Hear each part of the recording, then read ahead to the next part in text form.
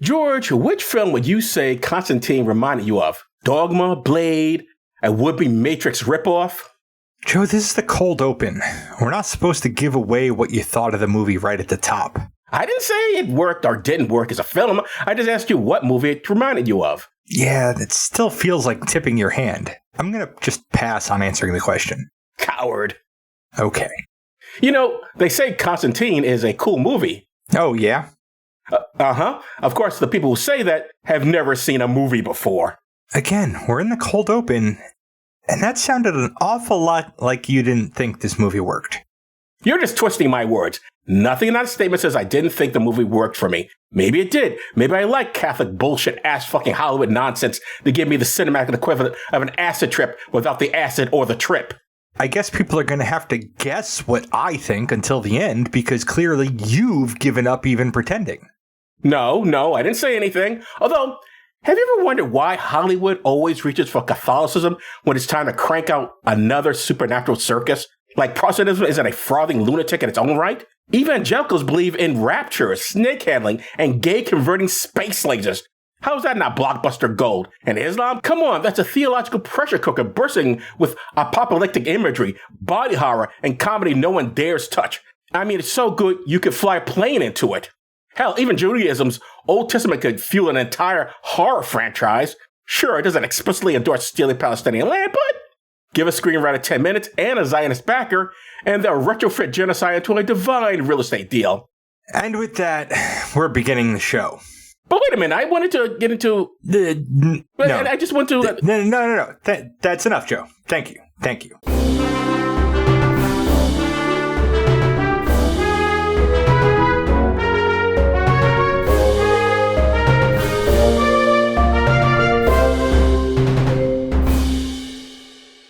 Well, does this still work? The podcast looks at movies and asks, does this still work?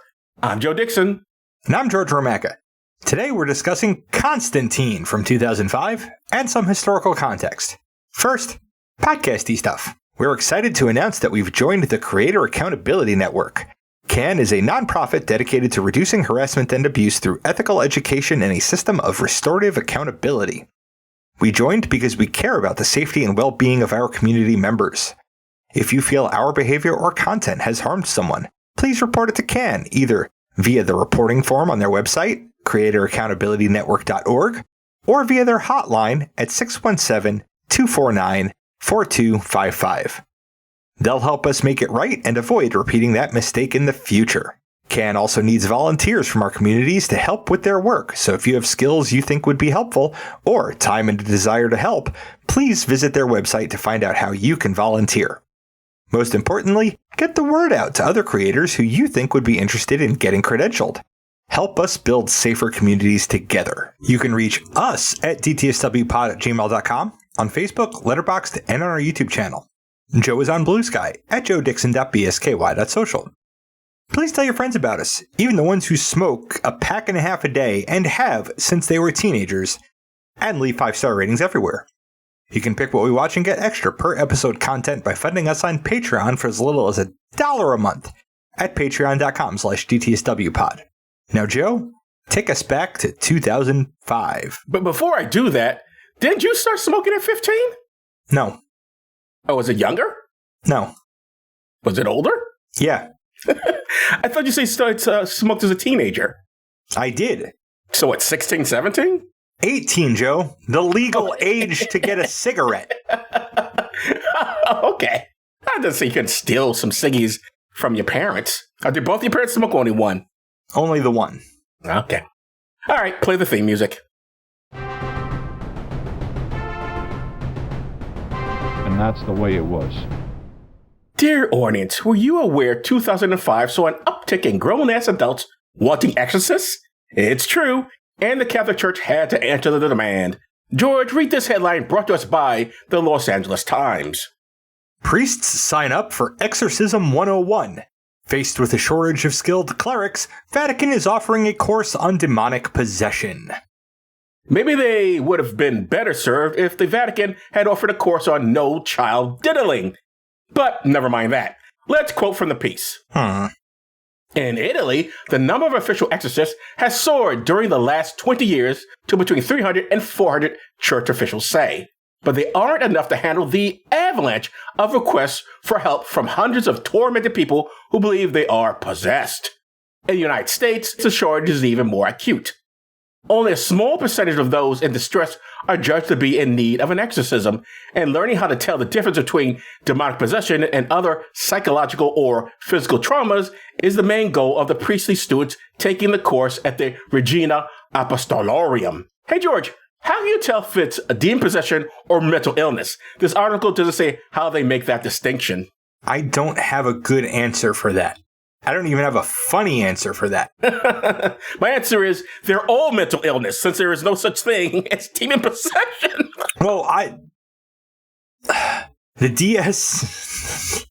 Yes? The DSTM exculpates religion from mental illness.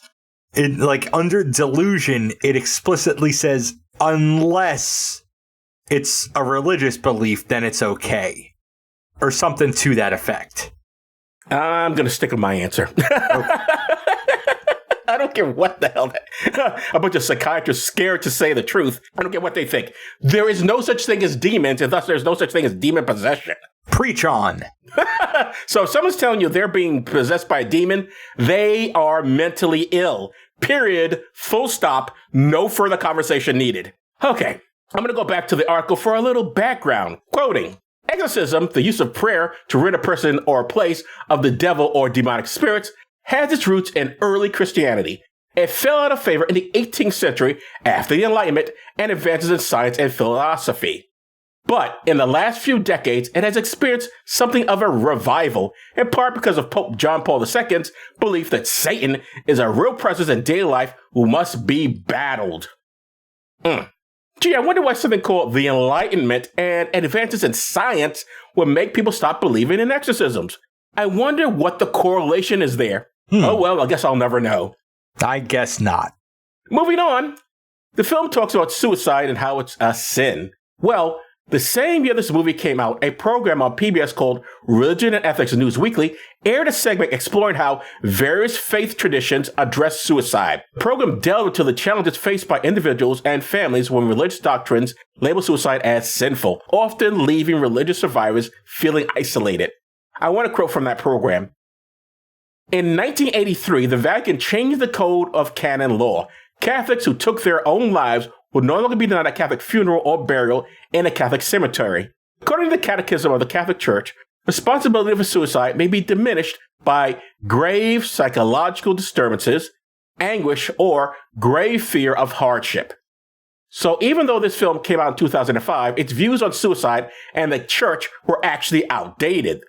The church was no longer torturing the faithful with the idea that a loved one who killed themselves was roasting in hell. So that's nice. That's that they finally cleared that one up. Sad for all those around before this revelation got to the Holy Father, but better late than never, I guess. Okay, George, tell us about Constantine. I'll actually mention that whole thing in the summary, too. Okay. Yeah.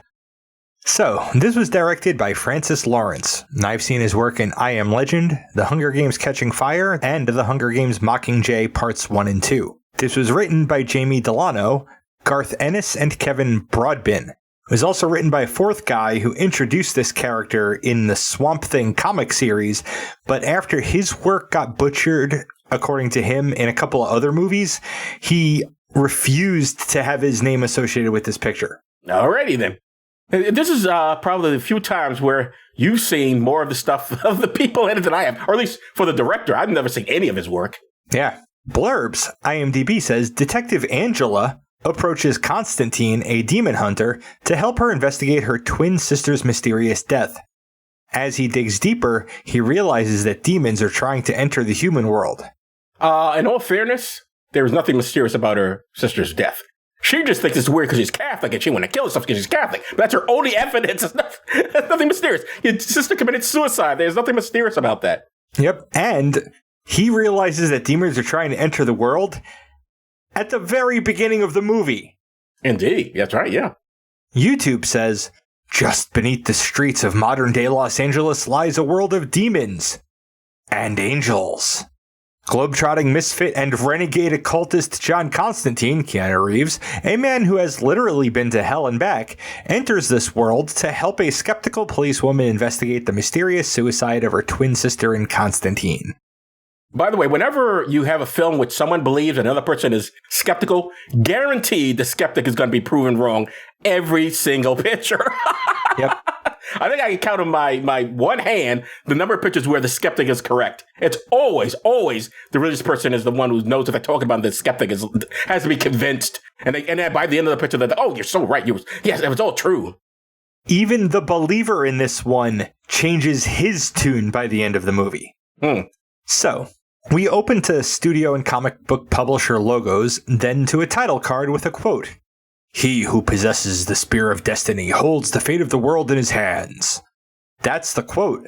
Below it is, well, just something saying that the Spear of Destiny has been missing since the end of World War II.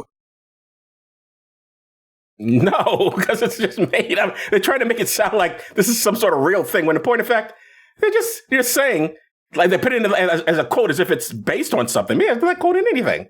Yep. Then we jump to Mexico. The country, the entire country, Mexico. In what we'll establish later as solidly and indelibly 2005, to the smoking ruins of a church of some kind. A scavenger, Manuel, and his friend are picking through the rocks on the ground looking for shinies, I guess. The scavenger's foot breaks through a floorboard.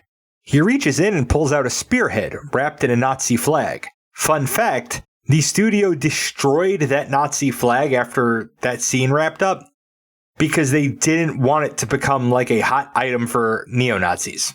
Oh, good move there. Yeah. You think that would happen today, or would they just sell it? I have to wonder.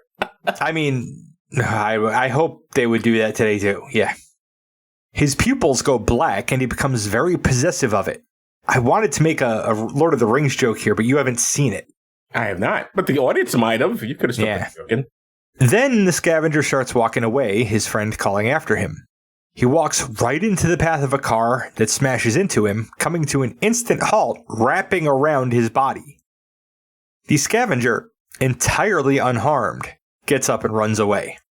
The scavenger is played by Jesse Ramirez. So many questions for me just from the very beginning of this film. Number one, this character barely plays a factor in this, although they make it so important that he has that spear of whatever. But the way this is shot, hell, they could have been found in Los Angeles. No reason to have it in Mexico. Why Mexico? Another question, why is something that the Nazis had in Mexico? Well, I guess somebody must have stolen it from them. Yeah, I mean, the Nazis did go to Latin America when those who meant to not be, tried.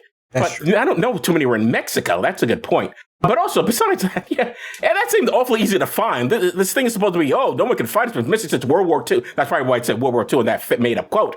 But all he did was step on a floorboard, fall through it, and just put his hand in, and ta-da, there it is. So it doesn't seem like it was that hard to find. Yeah. Now we jump to a Hispanic neighborhood in Los Angeles where a mother discovers her daughter is possessed by a devil, Exorcist style. Sometime later, our titular chain-smoking protagonist, John Constantine, arrives in a taxi and litters a cigarette butt onto the ground. John Constantine is played by Keanu Reeves. For the show, we've seen him in The Matrix and Bill and Ted's Excellent Adventure. Both Joe and I have seen him in Speed and Bill and Ted's Bogus Journey. And I've seen him in Even Cowgirls Get the Blues, My Own Private Idaho, and Bill and Ted Face the Music. And I've seen him in The Devil's Advocate, Matrix Reloaded, The Matrix Revolutions, and Always Be My Maybe. Who was he in that? Because I noticed in the credits it said he plays Keanu Reeves in that. Was he like... he played himself. Yeah. Why was he like the characters working acting or something? I don't know how to explain it, Joe. I think you should see the movie. It was a pretty good movie. Okay, so here's another thing I found very curious. Now look, Keanu Reeves technically isn't white. He's like mixed race. Mm-hmm. So I can't say he's a white savior, and yet that's still the way it comes off to me. Because none of the Hispanics do fuck all in this whole movie. They're either victims or they're in the background. And they have this guy come in and save the day. There are no Hispanic exorcists out there? I'm going to call it an airball on this criticism, Joe. It's based on a comic book character that was originally British. Well, since supposedly they butchered it, why couldn't they have made him Hispanic? I mean, there apparently aren't a lot of John Constantine types running around in the world. It seems to be just him. That is just another thing. The devil seems to be focused on, North America? What about the rest of the world? Why is everything here? Everything he needs to find is in Los Angeles, except in Mexico, and the Mexican guy is going to come over to Los Angeles. I don't know, Joe.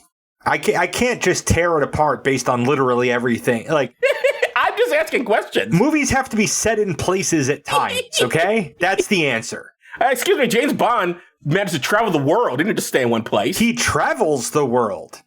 He's not concerned with... No, but he doesn't travel to everywhere in the world in every movie. Constantine doesn't have to travel everywhere. I'm just simply saying the movie didn't have... It's weird that everything takes place in Los Angeles as opposed to like, okay, they're doing it here, the devil's over there, you know. All of the things are located. Like, he's there, the girl that's going to be central to the plot is there. Like, it has to happen in a setting, Joe. In the building, he lights another cigarette and is greeted by his buddy, a priest named Father Hennessy, who says he called as soon as he realized he couldn't exorcise the demon himself.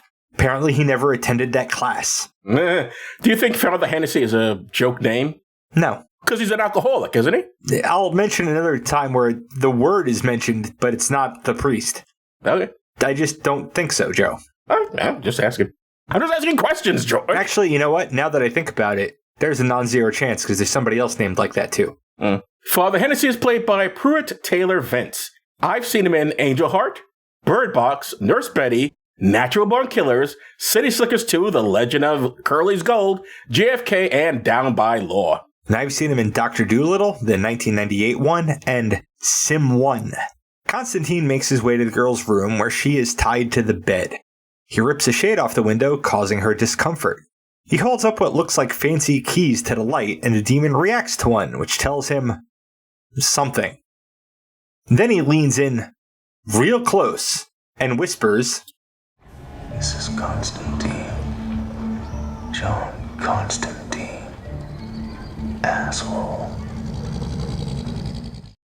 He holds that key thing to its head, and it burns. He speaks words, but the demon doesn't leave, which is apparently not what usually happens. He has the residents bring up a full-length mirror and they rig it above the bed. In the cab outside, Constantine's assistant and protege, Chaz, practices saying his own name. And then adding asshole, because he's copying John Constantine. Yep. Chaz is played by Shia LaBeouf. And I've seen him in Honey Boy, The Peanut Butter Falcon, Wall Street, Money Never Sleeps, Indiana Jones, and The Kingdom of the Crystal Skull. And very quickly, I just want to say, if you think Shia LaBeouf is fucked up, and he is, see the movie Honey Boy. That's a semi-autobiographical picture of his life, and there's a good reason why he's fucked up. His dad, not good. Okay. I've seen him in 3 different Transformers movies. Constantine yells down for Chaz to move the car. Chaz moves it half a car length backwards, complaining about never getting to do any of the fun stuff. Constantine does more word stuff, and the demon leaves the girl, getting trapped in the mirror. He tells the assembled to pull, which is supposed to send the mirror flying out the window.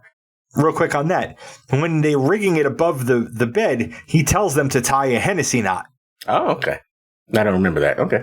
Yeah. What's a Hennessy knot? I don't know, Joe. I'm not good at tying knots. Okay. The mirror gets stuck for a second, and the demon almost breaks free. The window frame gives way, and the mirror goes flying, then falling, before crashing onto the hood of the taxi and shattering, which I guess kills the demon or at least sends it back to hell. The girl returns to normal. He takes a scribbly drawing of the Spear of Destiny from her room. He announces his name, so everyone, the demon's apparently, he's very famous, and he's sent all these people to hell. Again, you have to wonder, well, you think they'd have a better plan. If nothing else, keep it on the down low so you wouldn't get his attention. Since all this is doing is bringing him more into it, which is I would think something they wouldn't want. Right? He talks with Hennessy and says that exorcism wasn't right, because soldier demons don't usually try to enter our world using little girls as doorways. He asks his friend to listen to the ether and removes a protective amulet from the priest's neck. This is the spiritual equivalent of asking his friend to go off of his meds. At the cab, Chaz complains about the mirror falling on the taxi that he borrowed, despite Constantine having told him to move the car. You know, to be fair, he didn't say which way. This is a move the car, like should I move forward, backward? It didn't matter which way he did, he just didn't move it far enough in any direction. We jump elsewhere in LA to a Catholic church where Detective Angela Dodson is giving her confession. She killed a man today in the line of duty. She has a weird ability to always know just where the bad guys are and has racked up quite the body count and believes herself to be cursed. Angela Dodson is played by Rachel Weisz. Both George and I have seen her in The Mummy and The Mummy Returns, and I've seen her in The Lobster and Black Widow.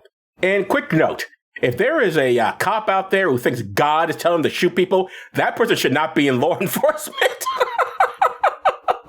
Well, she doesn't think God is telling her to shoot people. Well, she thinks she's absolutely right in all of her shoots. She doesn't go to that place feeling guilty. Just always have these images. We have to assume that she is actually right for the sake of the movie. Oh, 100%. Yeah, I know. That's my problem with it. That night, we cut to Ravenscar Hospital, where Angela's identical twin sister, Isabel, is there for inpatient mental health treatment. She is making her way from her room up to the roof. Standing on the ledge, we see her arm has a weird burned tattoo mark like a cross with a circle. She takes her patient ID band off and it flies through the air and past the camera. She looks right at the camera, hears her own name whispered, then leaps, falling through a glass ceiling into a pool, dead. In the morning, home, Angela awakens, startled, having seen that last scene in her sleep. Elsewhere that morning, Constantine in his apartment above a bowling alley, which just must be miserable. Hey, well, it's a pretty slow bowling alley. It doesn't seem like that many people are in it. Well, he stumbles into the bathroom, spitting blood into the sink. He goes to that hospital to see Dr. Les Archer, who shows him x-rays of his lungs and tells him he's got aggressive terminal late-stage lung cancer. He bemoans the fact that he's faced the hordes of hell itself, but his pack-and-a-half smoking habit is killing him. Dr. Archer is played by April Grace. I've seen her in Joker and Whiplash. I've seen her in Finding Forrester, AI, Artificial Intelligence, I Am Legend, and The Hunger Games Mockingjay Part 2. I found that whole scene, I don't know, were we supposed to be emotionally committed to this or something? Because not only did I not feel anything about it, it seems so fake. Just the way it's shot, and the way he's not looking at the doctor, and he's standing and he takes out his cigarette because he's so goddamn cool. I'm like, and no, it's not just like, she says, she makes some sarcastic statement to him like, oh, yeah, that's going to really help or whatever. What she really should say is, you're in the hospital, asshole. Don't smoke here. Right. By the pool, Angela identifies her dead sister and is in heavy denial about it being a suicide. When she goes to leave, Constantine won't hold the elevator door for her, preferring instead to make a joke that only he would understand about what going down would mean that isn't about oral sex. Mm-hmm. We see the scavenger from earlier unstoppably making his way towards LA. As he enters the US, cattle fall dead and grass withers. I honestly do not know why any of that's there. I guess the director thought it looked cool or something. Is that in the comic book or something? I don't know, Joe. He seems like he's supposed to be a really important character, but by the time he gets to be there, he's there for like 3 seconds and it's over. I just don't get it. Okay. At home, Constantine puts on a jazz LP and is visited by his guy who knows a guy, a bookish entomologist over-literally named Beeman. Mm-hmm. He's a purveyor of occult and mystical stuff. Today's selection: bullet shavings from the assassination attempt on the Pope, holy water ampules from the River Jordan, and, oh, you'll love this, screech beetle from Amityville. Yeah, it's funny to you, but to the fallen, that's like nails on a chalkboard. Beeman is played by Max Baker, and I guess he's this film's Q. Yeah. He also includes dragon's breath that is apparently hard to find. He sarcastically dogs on Beeman's love of bugs. Joe, I believe it was around here that you texted me, and I'm quoting, "I'm only 19 minutes in, and I'm already annoyed. I hope this all comes to a fucking point. And Keanu trying hard to act cool is unbearable." Did I write that? You certainly the fuck did. Constantine recaps the soldier demon story, and Beeman hints at the world building that we'd get later if I felt like waiting, but I don't. So in this world, God and the devil have a standing wager for the souls of all mankind, but there are rules. Nobody is allowed to actually do anything by, say, killing people or doing miracles. They're only allowed to influence people. The influencers are what Constantine will call half-breeds. Regular old angels and demons can't really interact with the world, but half-breeds can. When a half-breed gets too ambitious and breaks the rules, John hunts them down and deports them back to hell. I guess heaven-sided half-breeds don't break the rules as much. I guess. There's so many questions there, theologically speaking, that of course they never really get into. I guess the whole concept of God and the devil having a wager probably dates from what? Lot? Is it Lot? They decided, we're going to fuck with Lot and we'll see if he goes good or bad. Am I correct about that? Do you remember? I have no idea. In the Bible, there is a character, and they're all characters. Devil and God make a bet on wager on this person and decide if he behaves this way or that way, we'll see whether or not he's good or bad or whatever. And they do really horrific things to him. I believe it's Lot. And Lot complains to God, why are you doing this to me? If it's not Lot, then whoever. People can correct me on it, whoever the name is, but I believe it was Lot. This is George in the editing room. No need to write in. That was Job. Don't know why I didn't know that in that moment. In any case, this really begs the question, since doesn't the Bible also say the devil's a lord of lies? So if he's a liar all the time, why is God gambling with him? In fact, why is God gambling at all? What are you doing wagers? What the fuck? Good questions, Joe. While I'm getting exposition out of the way, I'll cover Constantine's backstory too. He's been able to see half-breeds as they are, which most people can't do since he was a kid. This was so traumatic that as a teenager, he killed himself. He was dead for a whole 2 minutes. Because suicide is a mortal sin, that meant he went to hell. He remembered that when he came back, but because of that sin, he's bound for hell no matter what he does on Earth. Pin in that. He's been deporting demons ever since, trying to earn his way into heaven. That was this is not the film's fault, but man, I could have done without the whole deporting thing. Right? It brought up unfortunate and reality things. He goes to visit a church library at the same time as Angela. Angela is there to talk to her favorite priest about Isabel getting a Catholic funeral. He says no dice because suicide, which actually wouldn't have been the case in 2005. Sometime in the 1980s, someone in the Catholic Church read a psych paper and the church stopped discriminating against dead people who died from terminal depression. But it really does beg the question, how do people manage to justify if God is all-knowing, all-seeing, all-brilliant, and then he suddenly changes his mind on shit? Shouldn't he already have known this? It's like the whole thing with Mormons and deciding, oh, you know what, maybe black people aren't full of sin and aren't the mark of Ham. Oh, and why did they come to that conclusion? Because there were some basketball players, some Mormon college wanted, and they was insulting them wouldn't be any good. I mean, literally, that's where this all comes from. Suddenly the revelation come out of nowhere. How do people buy this? Good question, Joe. Oh, God believes, he's the same yesterday, today, forever. Except for this time. Now he's changed his mind on this one issue. And in 20 years, he'll change his mind on this next one. And then this next one. But right now, we should believe. I'm like, what the fuck, man? All right, sorry, go ahead. Constantine is there to talk to someone else. The angel Gabriel, who is a half-breed? I don't know how who is a half-breed or not gets decided in this movie. Because Gabriel is a named angel in the Bible. Yeah. Although, hey, did you know something I realized? And even though this is Gabriel and it's a woman playing Gabriel, the Bible never actually names a female angel. They're all dudes, at least by the names. Anyway. Yeah. Constantine asks for an extension on his life on the grounds that he's been working for God for years. Gabriel says no dice. A suicide is a suicide, and doing God's will hoping for a reward doesn't count. Gabriel is played by Tilda Swinton. Both George and I have seen her in Doctor Strange, Snowpiercer, and Avengers Endgame. And I've seen her in We Need to Talk About Kevin, Michael Clayton, Asteroid City, Palmista, The French Dispatch, Uncut Gems, and Trainwreck. And I've heard her in Isle of Dogs. Outside, it's raining, and Angela hears Chaz call out Constantine's name, which is how she learns exactly who he is, because she'll need to know that in a bit. We see Hennessy listening to the ether by molesting newspapers. Until the story of Isabel's suicide jumps out at him.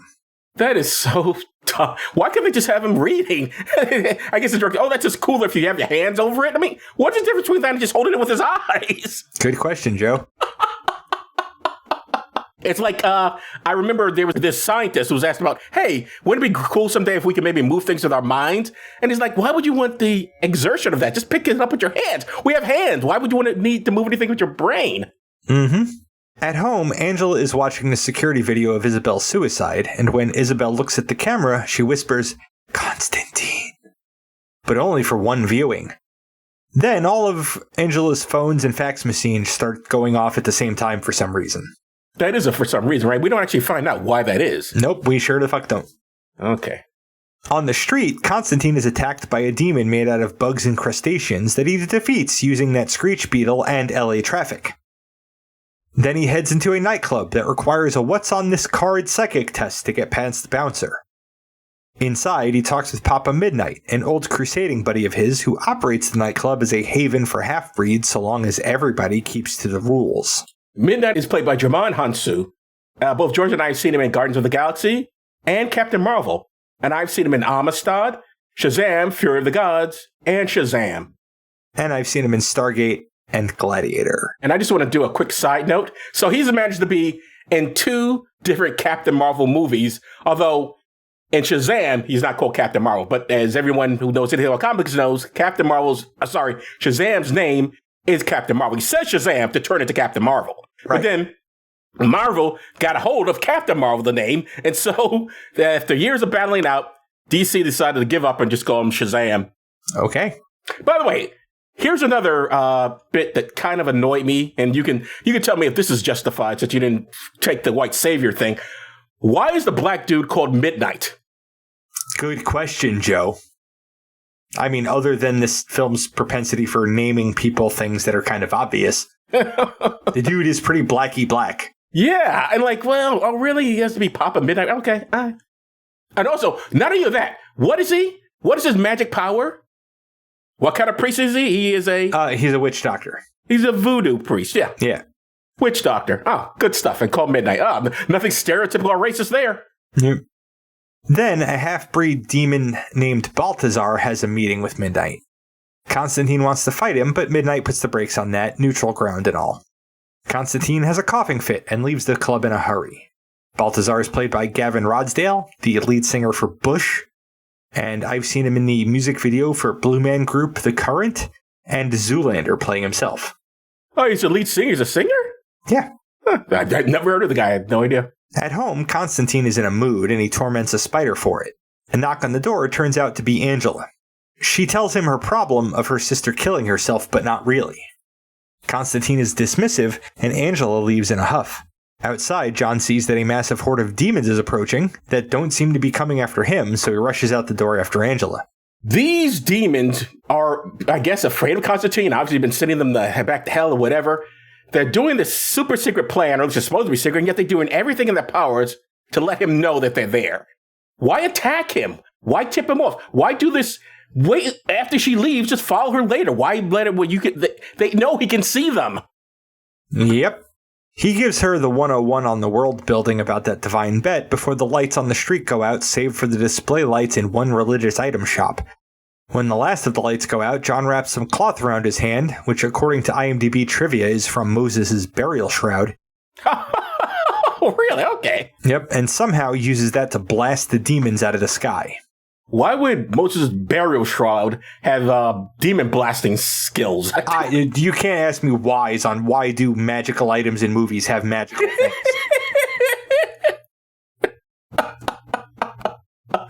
I guess Moses did have. What magic powers did Moses have? He just talked to God. He parted the Red Sea. Ah, yes. Okay, he did do that. Okay. He turned the Nile to blood. He turned his staff into a snake. I don't know. Okay, so he did have some magic. I was trying to remember what magical things did he do. None of that really says I can shoot things with my shroud, but okay. He goes with Isabel to her apartment and uses a pot of water and her cat to take a stroll through hell. He sees Isabel there, re-experiencing her suicide, and manages to snag the hospital ID bracelet from the sky before smashing one of those holy water ampules on himself to return. He didn't know about Angela and Isabel being twins, but he does now, and there's no mistaking it, she is in hell. Mm-hmm. All right, so she goes to see him, Constantine, but she doesn't believe in what Constantine does, and he actually fights demons. So why exactly was she going to see him? Well, I remember the dialogue being, she thinks it might be a cult or something. But why would a cult have to do with her sister committing suicide? Well, because she heard his name in that security video.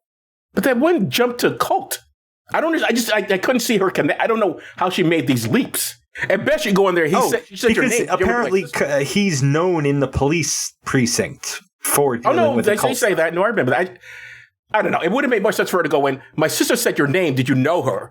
Would have made a lot more sense than, I don't believe my sister really killed herself. She must have been in a cult. Wow. Where? Where did you get that? So Hennessy follows the voices to the morgue and discovers that weird burned tattoo on Isabel's wrist. He tries to take a swig from his flask, but nothing seems to be coming out. He stumbles past the security guard across the street to a liquor store where Balthazar is fucking with him until he collapses from alcohol poisoning. He uses a corkscrew to stab a surprisingly symmetrical and accurate pattern of that symbol into his hand before dying. Which begs the question, why didn't Balthazar destroy that? Why leave it there in his hand? He must have seen him doing it. I don't know. Constantine and Angela go get some street grub, and he fills her in on his backstory. Then she gets a radio call about Hennessy dying. Constantine goes with her, takes the amulet from Hennessy's pocket, and gets an imprint of the bloody symbol from his dead friend's hand. He phones that into Beeman, whose shop is behind the lanes in that bowling alley, for research. By the way, why did Hennessy have to die exactly? Or another character who's also going to die? I don't understand what would be the point of killing either one of them. Who cares if they found out what? They kill him. They're killing his friends because his friends are going to. They think that killing off his friends means that he's not going to find out about their plan.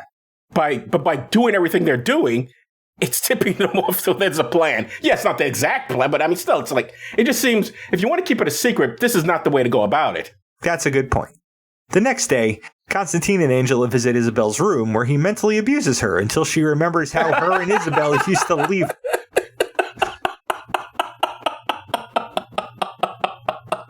You're not wrong. Until she remembers how her and Isabel used to leave messages on windows with their breath. Isabel left a reference to Corinthians chapter 17, which doesn't exist on Earth, but does in the Bible in hell. Huh, who knew they had a Bible in hell? Yeah. They even make that point in the movie. Like, there's a Bible in hell? Why would the devil want his own Bible? But, we know from John Hughes that they filmed down in hell, so why not have a Bible? They're still making movies down in hell, so why not? In Angela's car, Constantine tells Beeman, who uses one of those Bibles and that symbol, to give more clues, that the symbol is that of Mammon, the son of Lucifer, who wants to rule the earth. To do so, he would need to possess a powerful psychic, and would need divine help to escape from hell. Their phone call is cut short. Constantine and Angela race to the bowling alley, where they find Beeman dead, his body covered inside out with flies. Because you see, he liked bugs, so see the irony? Yeah. We see Manuel, that scavenger, is only about 2 hours' drive from L.A. He carjacks some white dude at a gas station. Mm-hmm. And got on Fox News after that. Oh, sorry. Never mind. Yep. More conversation between Constantine and Angela reveals that Isabel was a powerful psychic and that Angela used to be one, but she squashed that side of herself. To reawaken it, she has to die, at least for a moment, so Constantine drowns her in his bathtub.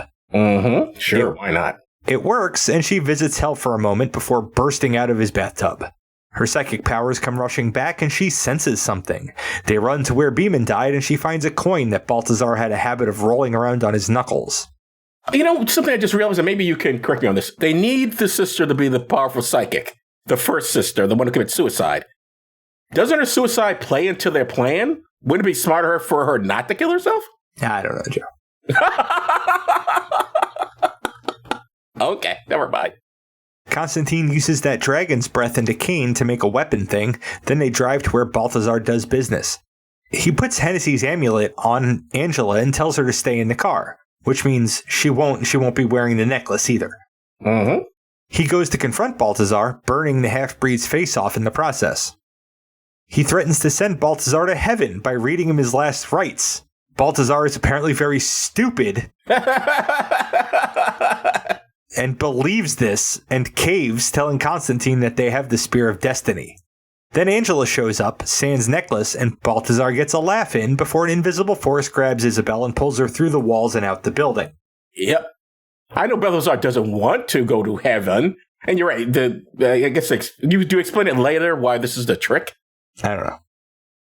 So Constantine is telling him, "Oh, I give you the last rites," and then once he says, "Aha, I fooled you because in point of fact, you won't go to heaven unless you say, ask for forgiveness or whatever.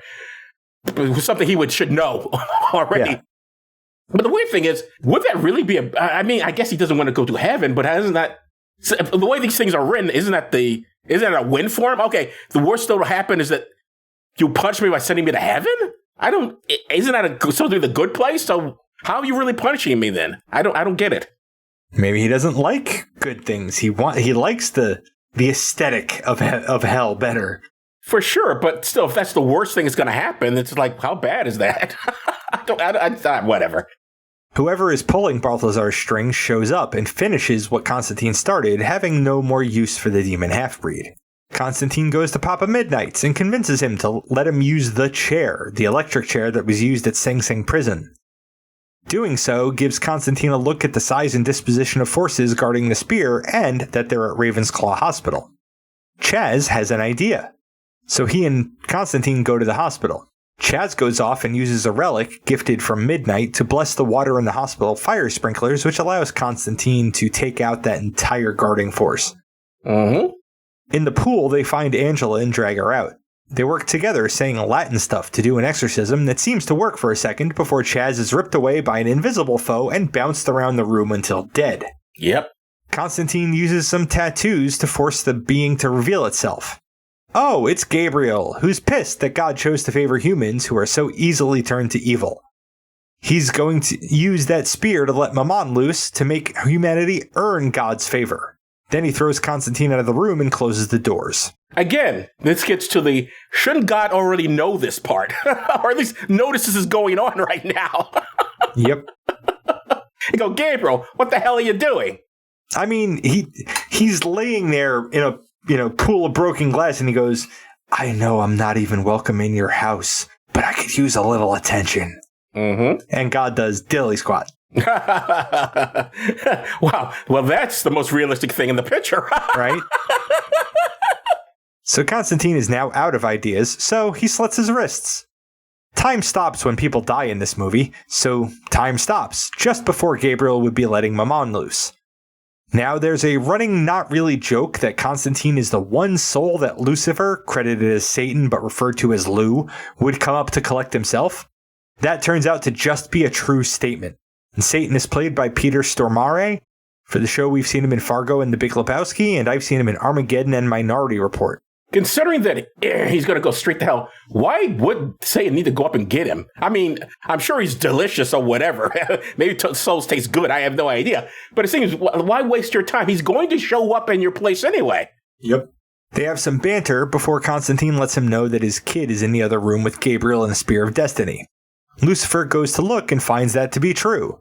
So he moves Angela's body, causing Gabriel to miss when time starts moving again. Gabriel takes a swipe at him, but seeing as how they've been bad, God doesn't have his back anymore, and Lucifer burns his wings off and deports Mammon back to hell. That was simple and easy. Yep. Lucifer really didn't want to be outdone by his kid, so he gives Constantine a favor. Wait a minute. I just realized something. Couldn't this all have been avoided if they just simply went to Lucifer and said, hey, your son's trying to do all this stuff? Had to get Lucifer's attention somehow. Doesn't seem that difficult. I mean, there's only one person that Lucifer would come up to collect himself. I guess. Then he should have done that from the very beginning. I don't know. It's all. Well, he had to find out what all the plan was first. I guess. So Constantine uses that favor to free Isabel from hell. When Lucifer starts dragging him away, well, now he can't. Constantine starts ascending to heaven. Remember that pin from way up in the script about how suicide means hell no matter what? Well, his apparently selfless sacrifice for Isabel wipes his suicide off the record.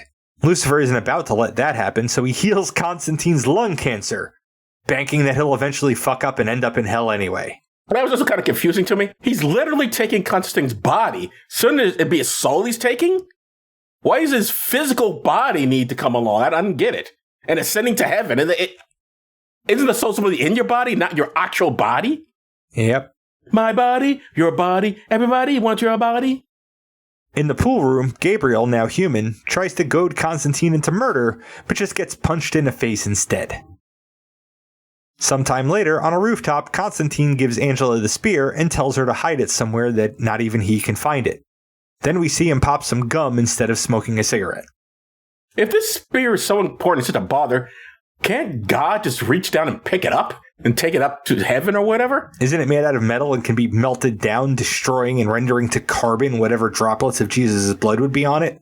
That's also a possibility. And in an after-credits scene, we see Constantine visit Chaz's grave with a 2005 date stamp, meaning this movie will always take place in that year. Well, sure. Where we see Chaz ascend to heaven as an angel. The end. Were we supposed to feel anything about? I couldn't care less whether Chaz went to heaven. It's so weird. Why was that a post-credit? It felt like, was this supposed to be for a sequel? Maybe. I don't know, Joe. I couldn't tell you. I didn't even know that I've seen this movie a bunch of times. Didn't know that post-credit scene was there until I was doing research for this script. And you just happen to read it, or you just watching and go, hey, there's something after the credits? No, I read it, that there was a post-credit scene. It really doesn't add anything to the film, which breaks it. So I wonder, it sounds, they must have been setting it up for a sequel, I guess. I guess so. Anyway, my friend, does this still work? I don't know. I think it worked. It's a pretty engaging story, and it's not like Relgion doesn't leave plenty of opportunities for fan fiction. I thought this was the complete trash. I didn't enjoy it. I didn't think the characters are interesting. Put aside, obviously, I'm atheist, so I'm already going to doubt it. But I enjoyed Dogma, I think. Did I like Dogma? I don't remember.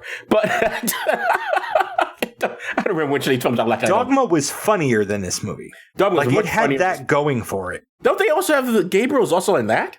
Yep. But it's played by Chris Rock, right? No.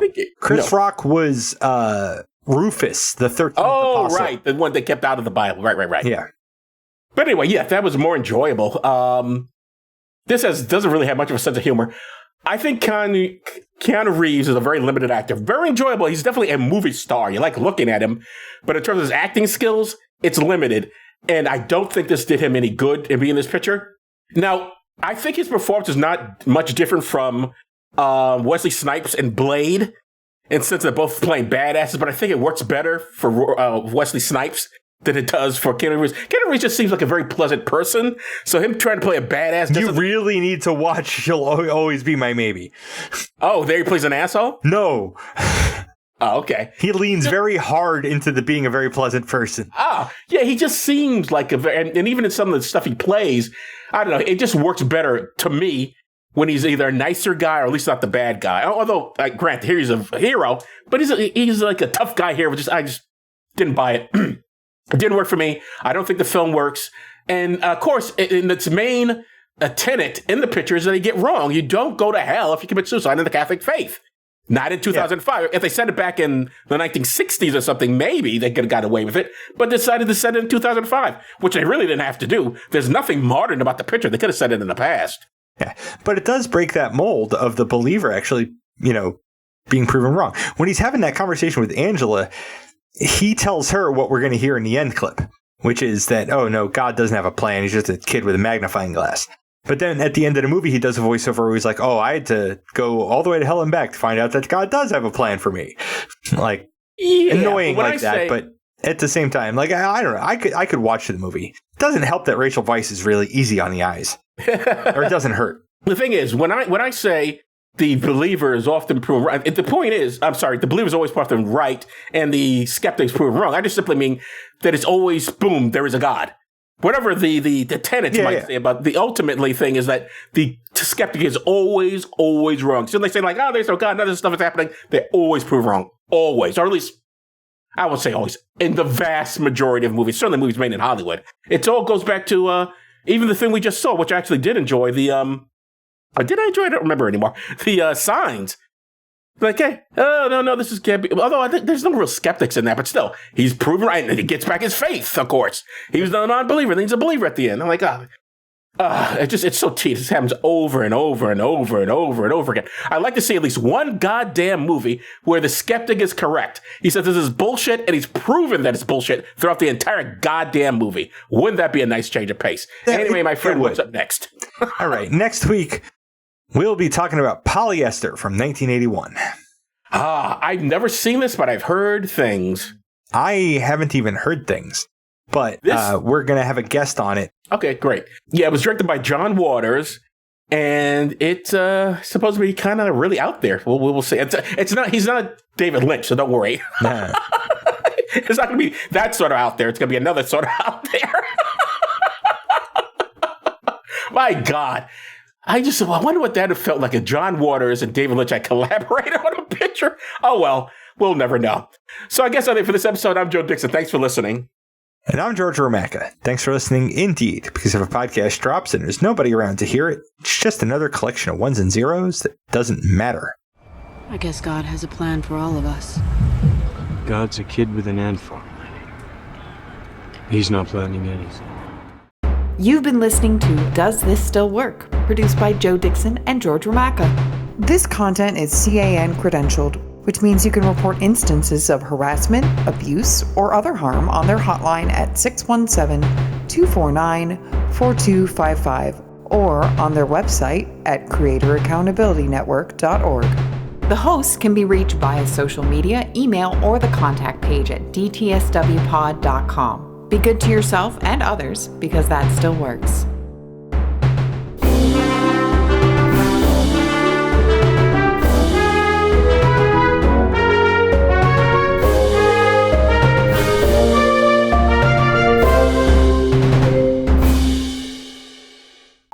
Blurbs. IMDb says Detective Angel. Sorry. Ooh. From No Stupid Questions. How do people just casually drink black coffee without flinching? From Stupid Questions. Why do people in action movies always stress out on which wire to cut to defuse a bomb? So from Random Questions. If I wear leather made from my own skin, am I naked? So, back to No Stupid Questions. Why is every restaurant's secret sauce always some variation of 1,000 Island dressing? From Stupid Questions. Do bald people use shampoo or body wash for their scalp? This is sort of an excuse for you to just rant if you want.